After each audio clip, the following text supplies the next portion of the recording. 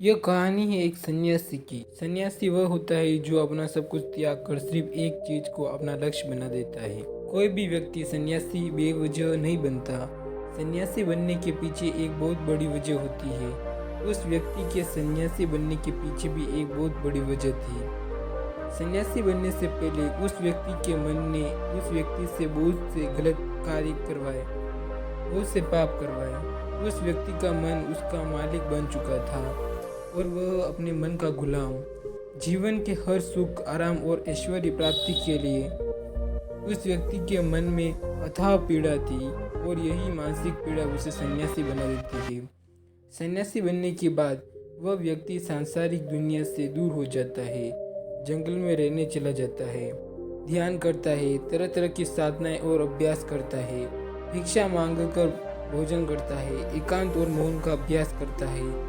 लेकिन फिर भी उस व्यक्ति का मन शांत नहीं होता। वह अंदर से बेचैन और परेशान ही रहता है। यह एक बात समझने की वाली है कि ध्यान या किसी भी साधना का जो शुरुआती बिंदु है, उसकी शुरुआत ही तभी की जा सकती है जब हमारा मन शांत हो, जब हमारा मन हमारी सुनता हो। लेकिन उस सन्यासी का मन ना तो शांत था और ना ही उसकी सुन रहा था। उस सन्यासी के मन में यह बात गहराई से बैठती जा रही थी कि मन को वश में करना, मन पर काबू पाना असंभव है।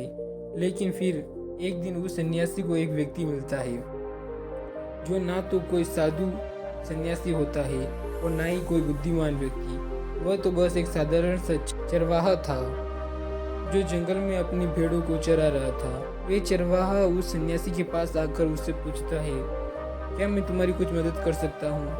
तुम बहुत परेशान लग रहे हो। मैं तुम्हें पिछले कई दिनों से देख रहा हूँ, तुम बहुत बेचैन रहते हो। अगर तुम चाहो तो मैं तुम्हारी सहायता कर सकता हूँ। चरवाहे की बात सुनकर सन्यासी कहता है, भला तुम क्या मेरी मदद कर सकते हो? तुम तो एक संसारी हो जो अपनी मोह माया में लिप्त रहता है। यह सुन वह चरवाहा उस सन्यासी से कहता है, मैं तुम्हारी मदद कर सकता हूँ, मैं मन को वश में करना जानता हूँ।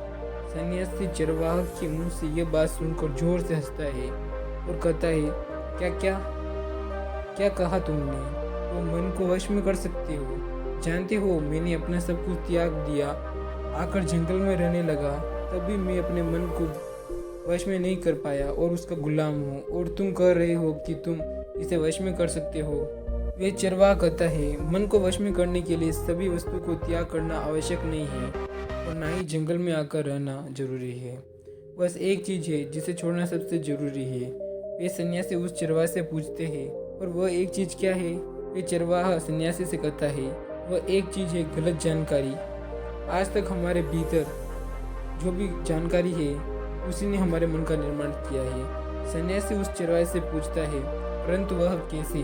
वह चरवाहा समझाते हुए कहता है, मान लो तुमने आज तक अपने जीवन में सेब का फल ही खाया, तुम्हें सेब के स्वास्थ्य के बारे में कुछ भी नहीं पता, तो क्या तुम्हारा मन कभी सेब खाने को कर सकता है? नहीं ना। इसलिए हमारे मन का निर्माण जानकारी से होता है। वे सन्यासी उस चरवाहे की बात से प्रभावित हो जाता है और उसे कहता है, क्या आप इस बारे में मुझे और विस्तार से समझा सकते हो? वह चरवाहा उस सन्यासी से कहता है, अगर तुम अपने मन को वश में करना चाहते हो तो अब मेरी बातों को ध्यान से सुनना।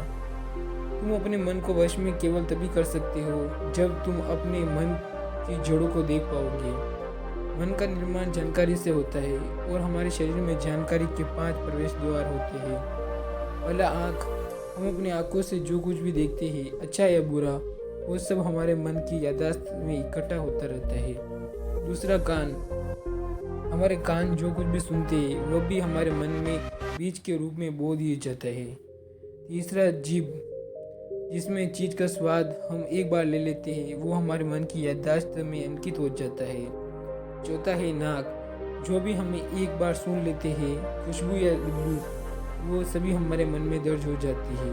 और पांचवा है त्वचा, जिससे चीज़ को हम एक बार छू लेते हैं, उसकी याददाश्त हमारे मन में कहीं ना कहीं अंकित हो जाती है।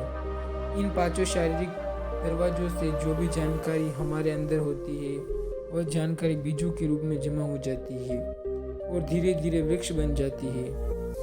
हमारा मन मिट्टी की तरह होता है जिसे बीज बोए जाते हैं और हमारी बुद्धि बीज बोने वाले किसान की तरह होती है। अगर हमारी बुद्धि गलत जानकारी के बीजों को सही जानकारी के बीज समझकर बो देगी तो जब भविष्य में वह बीज वृक्ष बनेगा तो खरा फल ही देगा। तुम्हारा मन तुम्हारे वश में इसलिए नहीं है क्योंकि तुमने पहले से ही अपने मन में बहुत सारी गलत बीज बो रखे हैं और अब वो बीज बड़े वृक्ष बन चुके हैं। वे सन्यासी उस चरवाहे से पूछता है, तो अब मुझे क्या करना चाहिए, क्योंकि अब तक तो मैं बहुत सारे गलत बीज बो चुका हूँ और जो बड़े हो चुके हैं उन्हें वापस निकाल नहीं सकता। वह चरवाहा उस सन्यासी से कहता है, अब तक तुम अनजाने में गलत बीज बो रहे थे, लेकिन अब जानबूझकर सही बीज बोना आरंभ कर दो। भीतर अगर हमारे हजारों बीज गलत है तो क्या हुआ, अब से लाखों सही बीज बोने के लिए तैयार हो जाओ।